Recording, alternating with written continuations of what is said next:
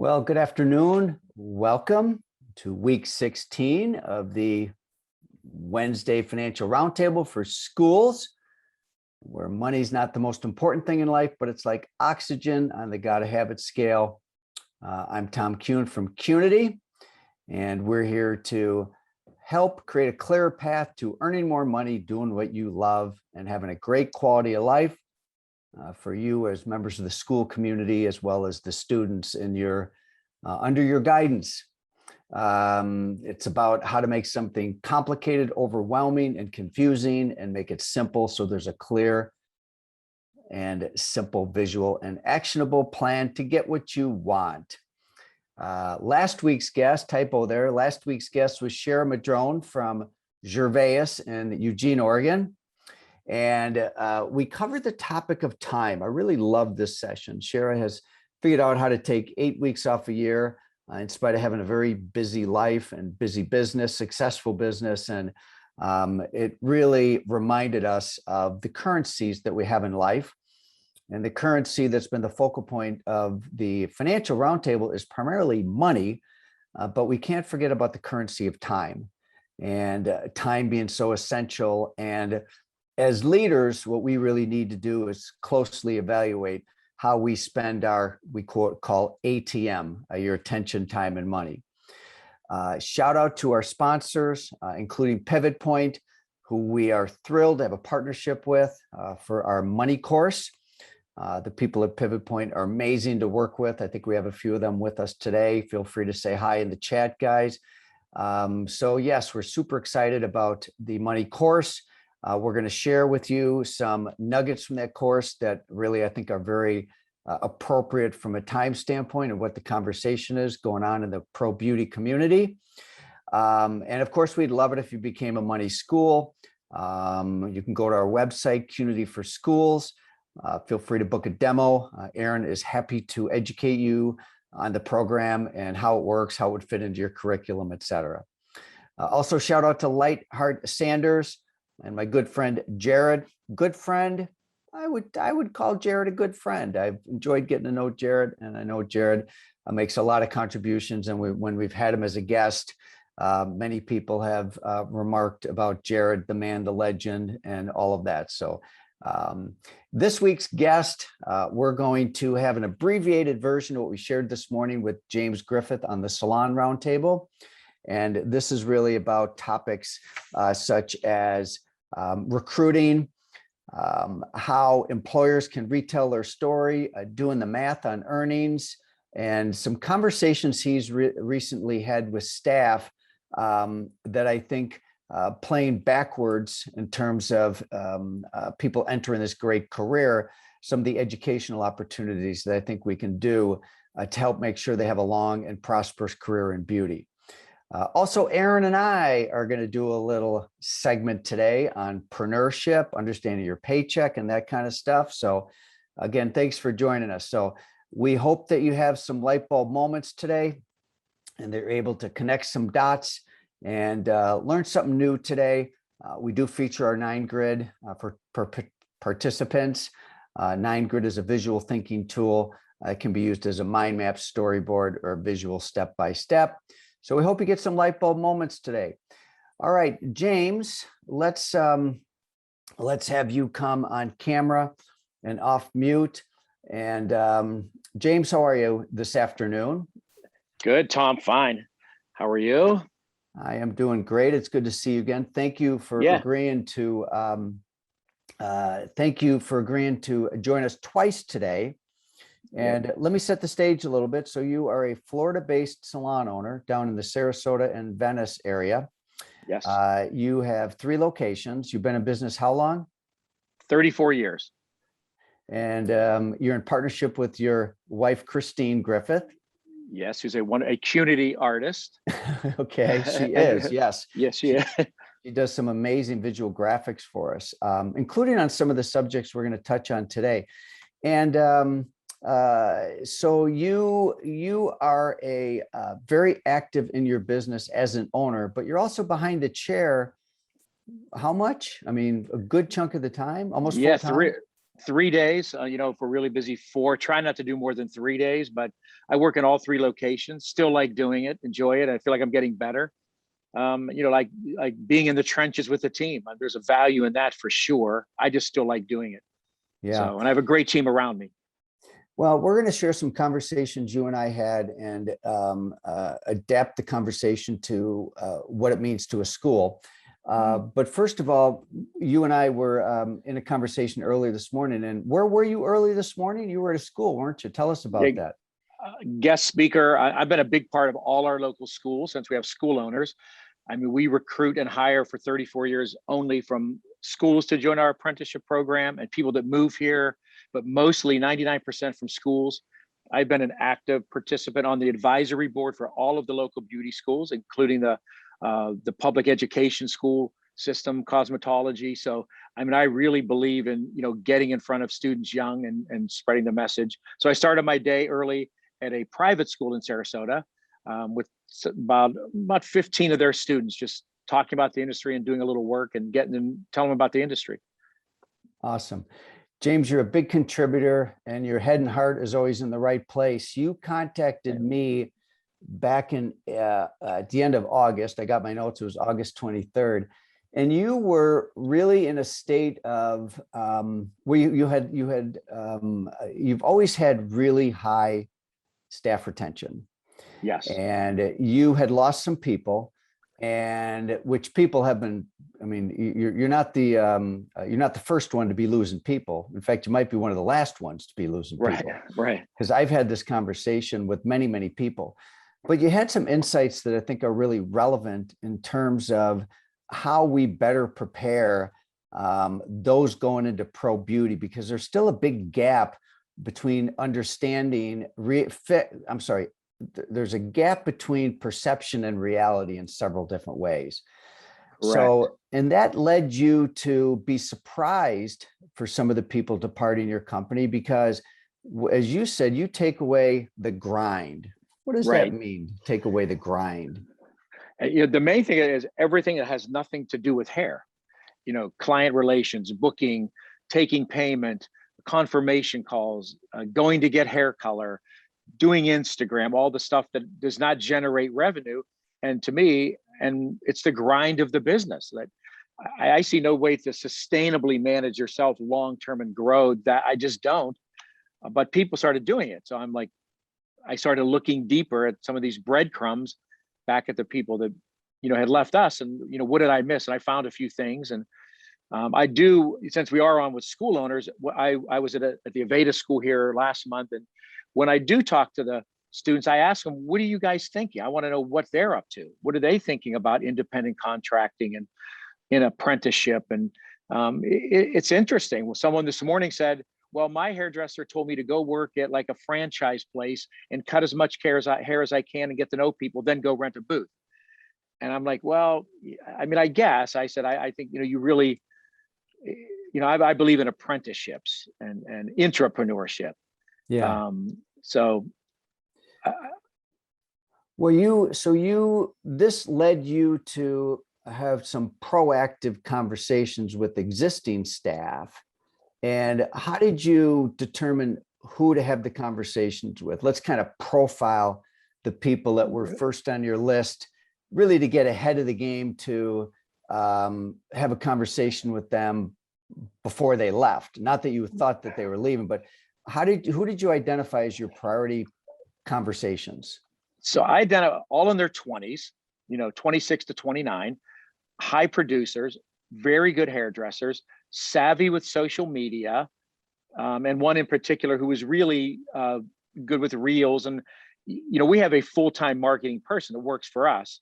And, she kind of helps people post, and you can see someone's social media starts ramping up. And so you kind of pay attention, like, this is great, they're promoting, but because I've seen other hairdressers that don't work for me they ramp it up and they change things and they change their job. So it kind of became like an MO. Okay, what's going on here? Are you setting yourself up to identify yourself as an independent person working in a commission salon so that people start to think of you more as an independent person? So, we kind of looked at her Instagram, and I'm like freaking out. Okay, this is what's going to happen. But having the conversation, it wasn't that way. But we identified high producers in their 20s, savvy on social media, and they kept the potential to maybe do it. So that, yeah. Yeah. So you identified who, Instagram being a little bit of a red flag, before and after activity, their activity started to change and being a red flag. Quit tagging the salon, like, because we have a whole protocol, tag this, and it's like, wait, all of a sudden, if the tag starts getting buried, it's kind of make the user think that they're like on their own. So they're not to be, just being intuitive, maybe overthinking it, but those are things that happen. And, one of the reasons to have you as a guest on here, it's always great to bridge schools and salons and, make sure each party knows what they're thinking. I love to have people use the chat today as we have this conversation. So James, you set up meetings with team members, just 3 of them. And correct. How did you invite them into the meeting? What did you say verbally, and what did you say, and where did you have the meetings? Yeah, we're fortunate that we have, our main salon is a big salon, and we have a building next door that we have our offices and training center in. So we were able to set up offsite, but in our property on their day off. Or a day not scheduled behind the chair. And I just said, listen, I want to get together. I got some business things I want to talk about. And it really worked great. Like I mentioned earlier, that after we had our conversation, you came up with a new word, solopreneur. So, and being that everyone on our team knows about Qnity and our relationship. So to say, hey, listen, I've got a new thing with Qnity I'm talking to Tom about, and I want to talk to you about it, which is the truth. Because solopreneur was like brand new. And so it really opened the door for me to talk about what it looks like, what a solopreneur, entrepreneur, and it just had a conversation about what independent really looks like. You and your accountant did some pre-work, you ran some numbers, and you actually boiled it down to what their hourly earnings were. And by the way, how'd you come up with earnings? So your way of coming up with earnings was basically what it looks like their gross compensation was going to be, and then you added an estimated tips, right? Yep, and then divided it by the hours they worked. Okay, so in one particular case, your estimate was about, was it $118,000? Yep, and her pay was $63 an hour. What if we were paying you like California? I'd have to pay her $63 an hour. So then, how did that fit into the dialogue? Well, it fit in nicely because it opened up for me to say, listen, you're a hairdresser. I mean, you want to make $63 an hour schlepping down to Salon Center to get a tube of color and a tub of bleach, on Instagram, checking people in and out. I mean, it's a pretty high paid position to be doing stuff like that. So, I mean, and it really was kind of awareness to them what their time is really worth. And, just to put it all together and doing, and I had said earlier that the piece with our account, like really having all the numbers in front of me, so vital to this, to really let them know the money piece of this, because they know, but they don't really know. And so that was really important. Were they surprised by that hourly rate when you did the math for them? I think they were surprised. No one said, I know that. It was like, oh, because it's funny. I didn't share this morning. What got me going, I played golf, and I was golfing with one of my friends last week, and he was telling about his wife has this great new job. She's works for private duty nursing, and she can pick any hour she wants. She works 4 days a week at the max, and she makes $130,000 a year and loves it. She would never do anything else. So I started thinking, that sounds like when you work for us, these people, you can work. I use that story for them too. I forgot to share this morning.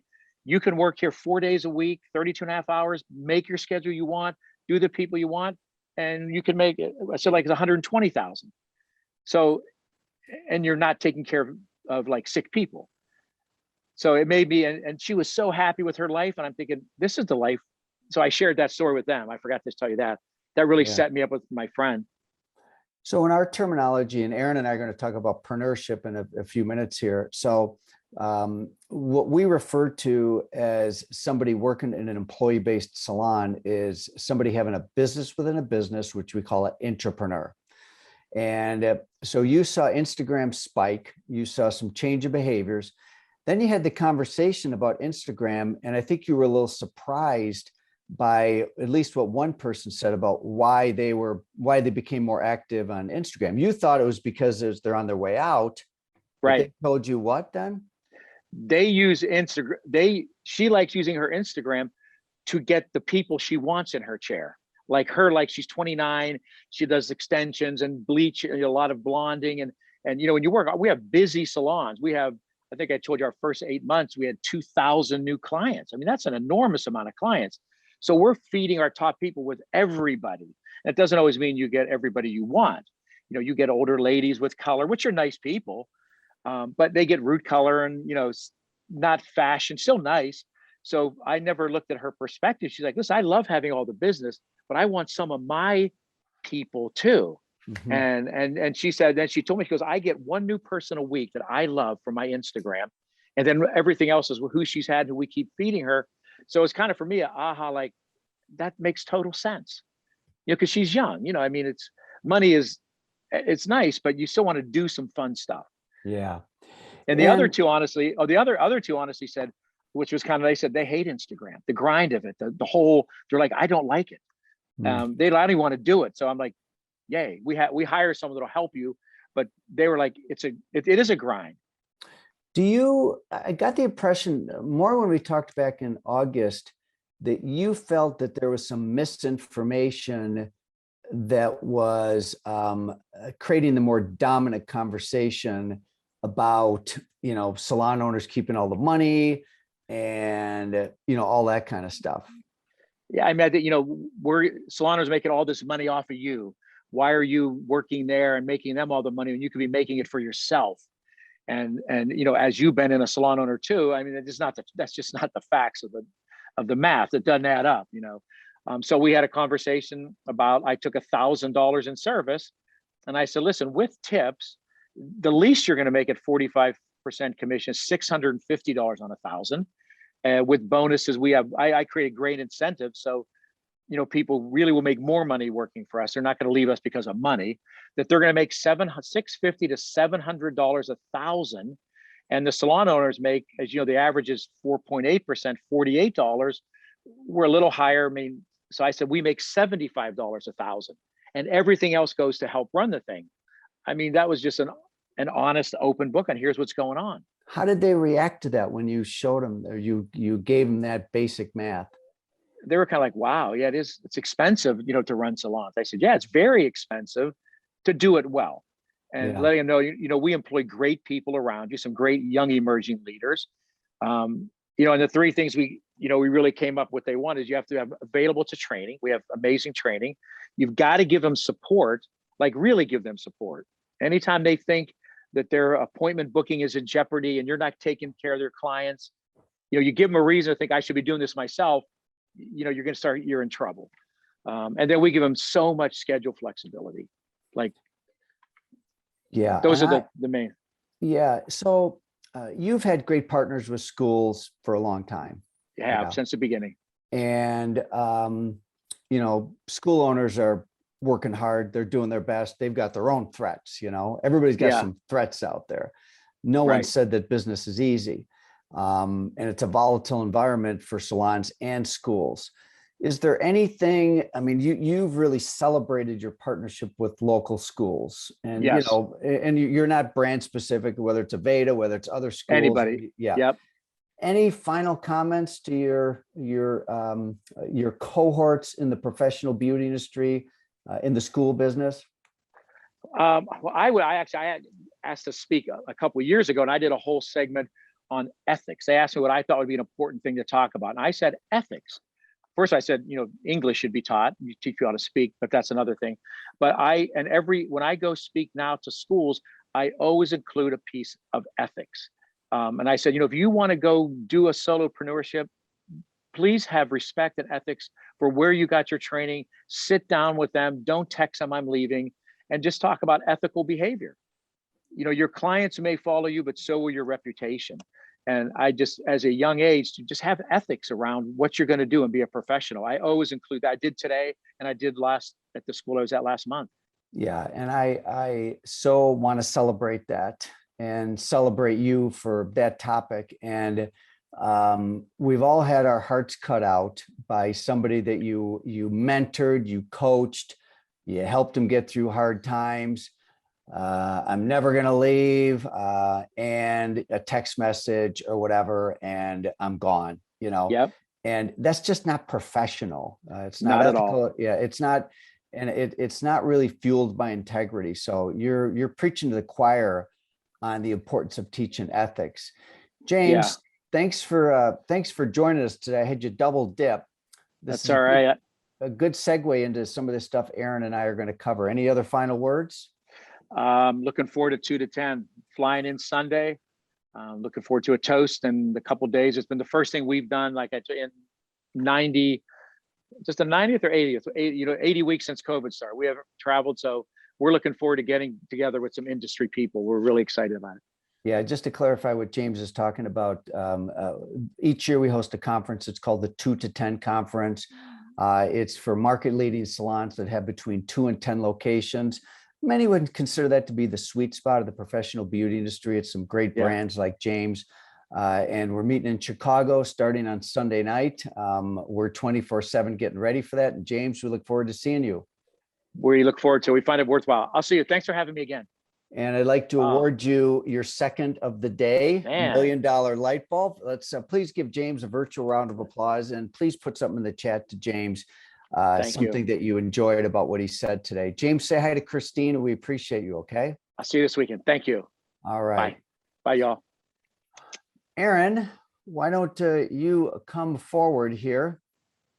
And let's, there you are. All right, hold on. Good morning. Whoa, hold on. Let's do this. Well, how are you?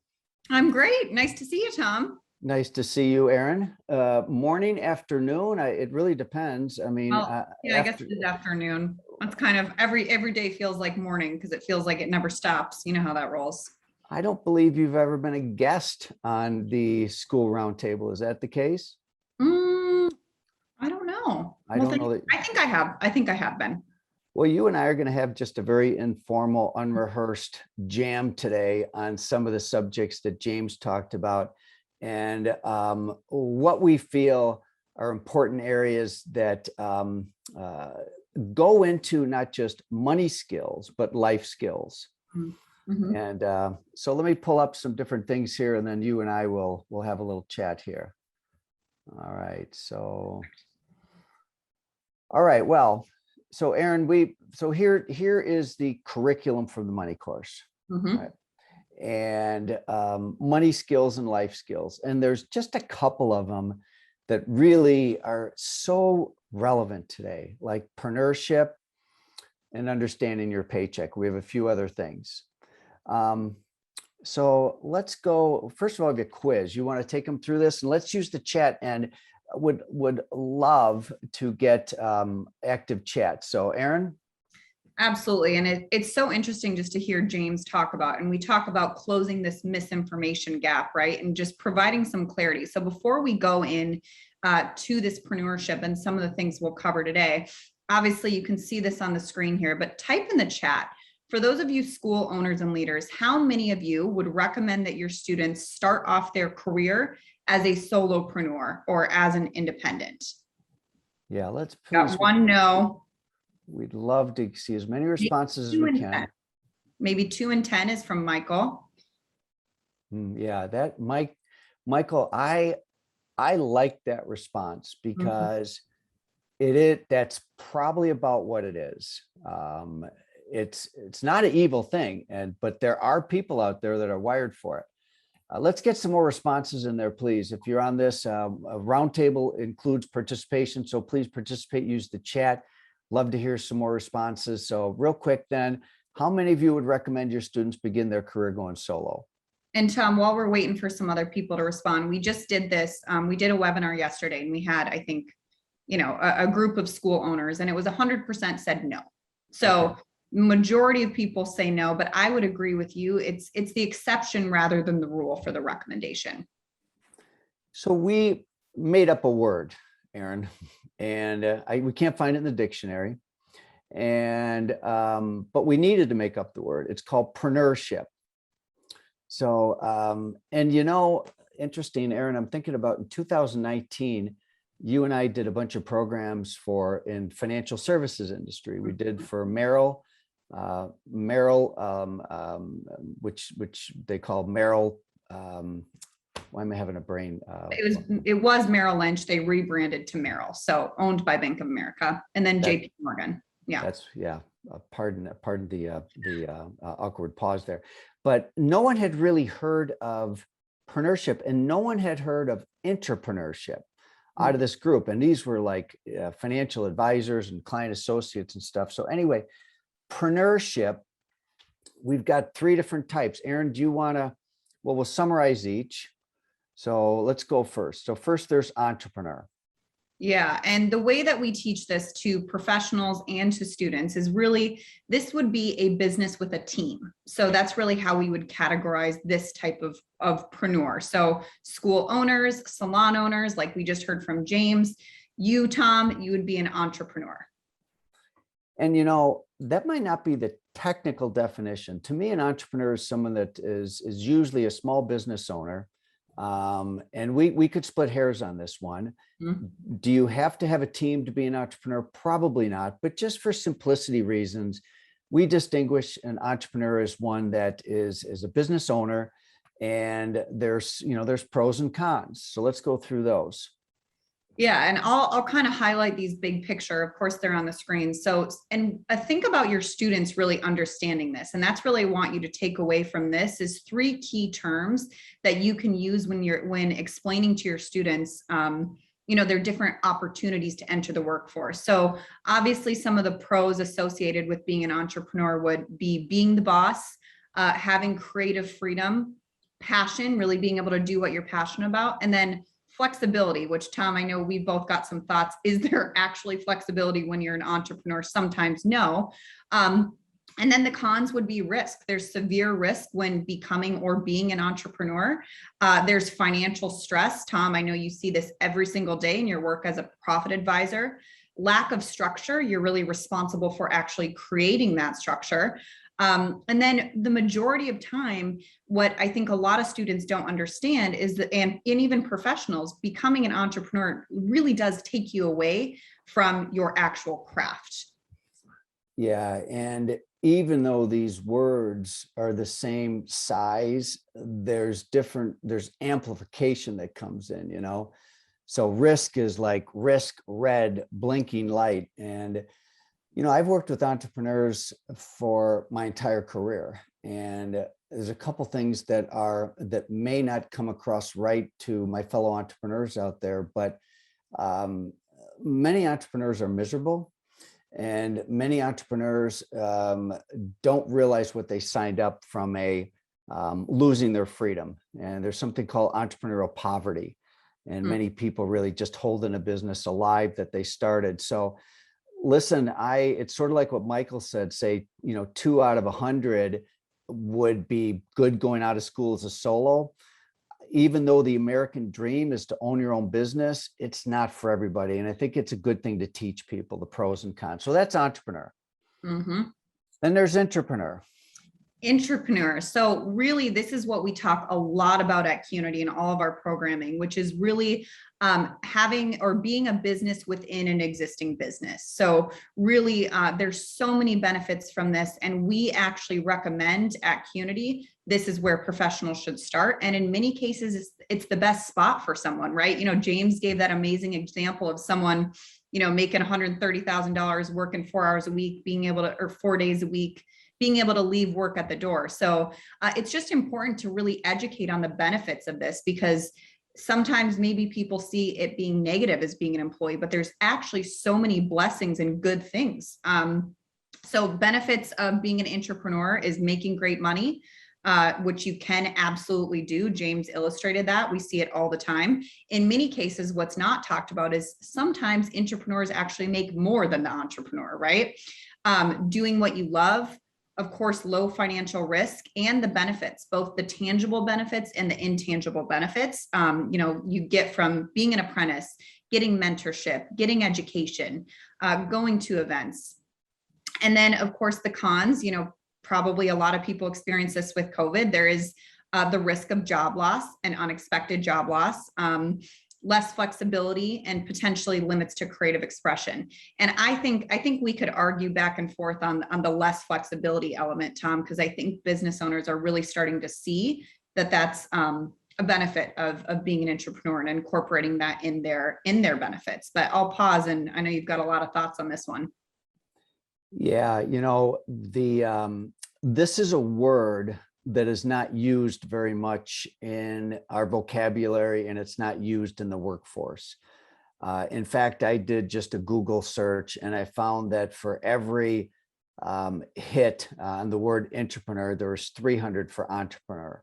And so unfortunately, it's really not educated, or people aren't educated about what is an entrepreneur. It's not part of our vocabulary. I think that we're helping to make it more part of the vocabulary together. You heard James talking about it, and I really do. I'm very excited about students really understanding preneurship, including entrepreneur, because some call this the secret weapon of the economy. Erin, my son and Erin's brother, Ryan, he's a trainer. We're having this whole conversation with him right now. Is he an entrepreneur and an entrepreneur? I think he's a bit more of an entrepreneur. I mean, he doesn't really want to do all the extra stuff. Yeah.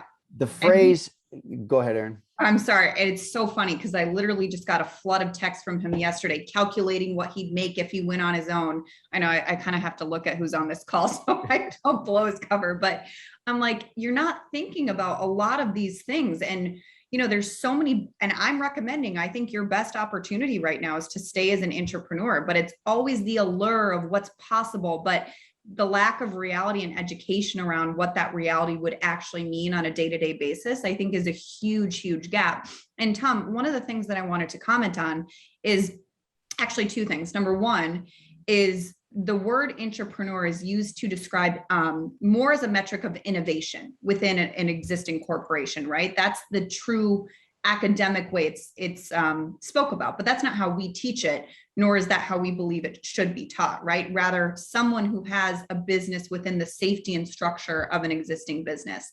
And then another thing was, I can't even remember the statistic because we did this when we did our program at Merrill, but what was the amount for every entrepreneur, not even on a Google search, there was 500 entrepreneurs or something like that. We have the stats somewhere. I probably on the spot, but yeah, it's an overwhelming part of the economy. But people don't use this word; they don't think of it that way. And to your point, Erin, if anybody in this call Googled entrepreneur, what they would do is, and forgive my bluntness and my my rant here, but what you will find is if you Google the word, it's many consider it as more of a link to innovation. But the people that are doing this are working at big companies, and they're living in Ivy Towers, and they're very disconnected with being an entrepreneur. So what I'm saying is that academics are really have their definition of entrepreneurship. Our particular definition of entrepreneurship is more gritty and real and founded on being an entrepreneur. So those that are leading the conversation to this are not entrepreneurs, they're more academic. So it's a little bit of a rant, if you'll forgive me about that. All right, let's go to solopreneur, which is also going independent, a suite, being a booth renter. And really what this means, sorry, Erin, I'm going to jump in right here. Some of this is a little bit more black and white. And if you go to taxation, an entrepreneur is going to get a W-2. A solopreneur is either going to get a 1099, and they're probably going to file a what's called a Schedule C on their tax return. So there are more tax filings required for a solopreneur compared to an entrepreneur. But anyway, Erin, go through your definition of a solopreneur and some of the attributes and the pros and cons. Yeah, well, a solopreneur would just be a business of one. So that's really kind of the most simple way to put it. Someone who delivers their craft as a business of one, no team. There is, of course, a ceiling with the services you're able to provide as a solopreneur. And, a lot of our partners and brands are getting behind this and really making sure that they can educate their community around this. So in the past 2 days, I think I've done 3 events really on this topic. And I think we have Victoria on from Wella, and they've been a huge, a huge supporter in making sure that the marketplace and the industry really understands what these mean, because it's not evil. And like we said, like Michael said, some people might benefit with this, right? And that's okay. But just making sure students really, really understand what being a business of one looks like. So Tom, if you want to go to the next slide, we can do pros and cons. For some reason, I don't think I have that slide, Erin, and shame on me. Let me just take a quick look here. And Here, I might have it. I have a,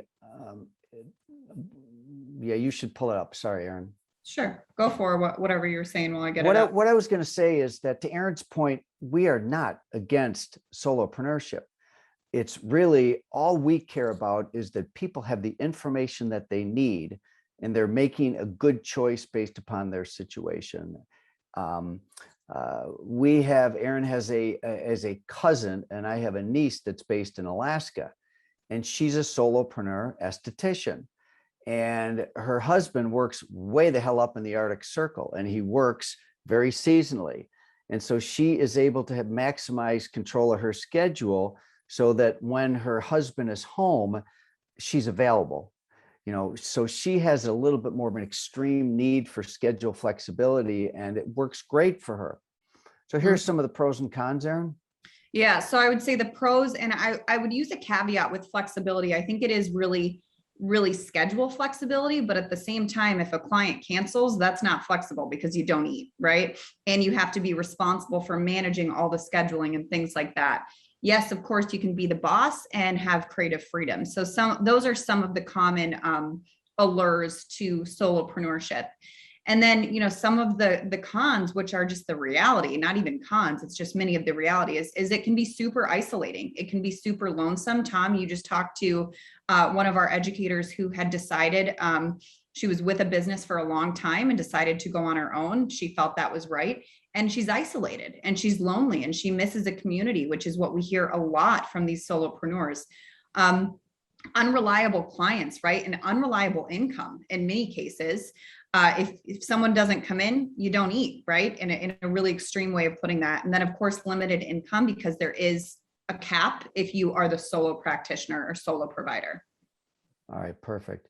Erin, let me, I'll take the screen again for a moment here. So thank you for that. I apologize for missing that slide. All right, we've got some other important things to share about this, and we're going to go next to understanding the paycheck, which is also something that is a huge opportunity. So, all right, let's go here. Yeah. All right. Pop quiz. All right, here's a quiz. We'd love to get some chatting going here. What do you think the percentage of professionals are that actually understand their paycheck? All right, so what percent of professionals, so they're out in the workforce, they're working in a business, working as an entrepreneur, do you think they understand their paycheck? Or what percent does? So if we can get a few comments here, would be wonderful. 20%, 20%, 30 to 40%, 10 to 12%. So no one says the majority, we can say that. Yeah, and this morning, Erin, we were on and it was 10%, 10%, 20%. I think the high was 25%, but does anybody besides me think that this is a opportunity? Well, I think it's a huge opportunity because I see people leaving really good jobs because they don't understand their paycheck. So anyway, I got my first paycheck. What does it mean? And, Erin, we really distinguish. I had an aha this morning. It's covered in the course, but in terms of my own language, I've talked about people understanding their paycheck, which a lot of that has to do with how you go from gross to net earnings. But there's another piece to this. It's understanding their compensation. Right. And to make sure that compensation is defined not only by compensation in actual currency, but also compensation that would be intangible. And these could be non-traditional benefits. And but there's this big gap. So understanding paycheck. So here's one. So there's data coming out that certain people are leaving a employment-based business because they want to make more money. But here's the sort of dichotomy around that. But do they understand their paycheck and what they truly earn right now? And so big issue with this. So Erin, we talked about going from, what is gross pay, how you go from gross pay to net pay, what's withholding, what is a pay stub? We break it down for them. So these are just quick slides that are pulled out of a video. These are short videos, but they make the point.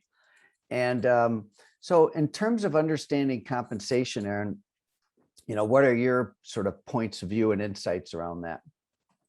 I mean, I think it all starts with education, and just like you did, showing, I mean, the amount of people. I did a webinar for solopreneurs actually yesterday, and I asked, now I just forgot, the difference between gross and net. I asked if they understood what it was, and the majority said no for solopreneurs. Some people said they didn't know what a P&L was, and I don't think that is just a reality, and we need to really honor that and be sensitive to it, because it's just something that we need to educate on. And if we give people the tools in a visual way, they can make better decisions. And if we have people that are going into a solopreneur role, but don't know what a P&L is, don't know the difference between compensation and pay, we have a problem as an industry, right? I think that's a pretty blunt way of saying it, but it's a problem and an opportunity. We did a segment on the P&L, and I'm actually kind of thrilled we did it, because we see in the professional side, even a lot of entrepreneurs, business owners, they have a lot of opportunity to better understand P&L and to really how to use a P&L, how to use it to be successful, red flags. There's a lot that really can go into using a P&L, but it really starts with basic education. And some of the things we do is just really break it down. It's money in minus money out. We talk about a business P&L and a personal P&L. But here's the big aha. And, something from an education standpoint is a P&L has a certain number of rows to it.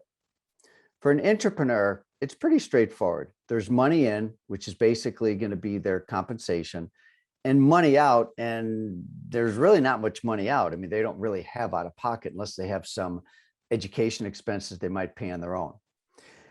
But then if you put a solopreneur next to it, a P&L starts to expand. The line item of expenses expands dramatically. There's hair color, there's self-employment taxes, there's rent, paying for your own insurance, all that stuff. And then an entrepreneur, it gets really, really long. So it's really educating a P&L for the different types of preneurs. And I think it's really exciting. And I think it's going to open up some eyes with that type of education, right, Erin?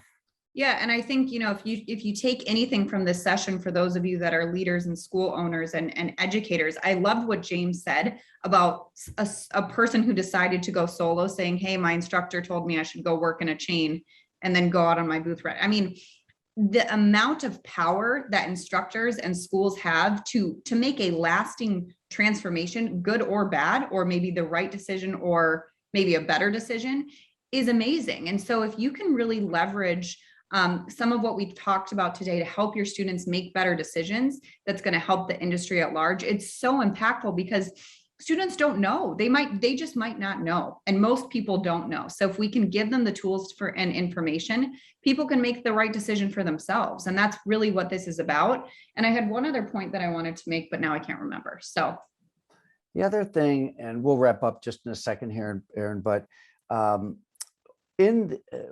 we feel it's important to not only teach money skills, but also life skills. And,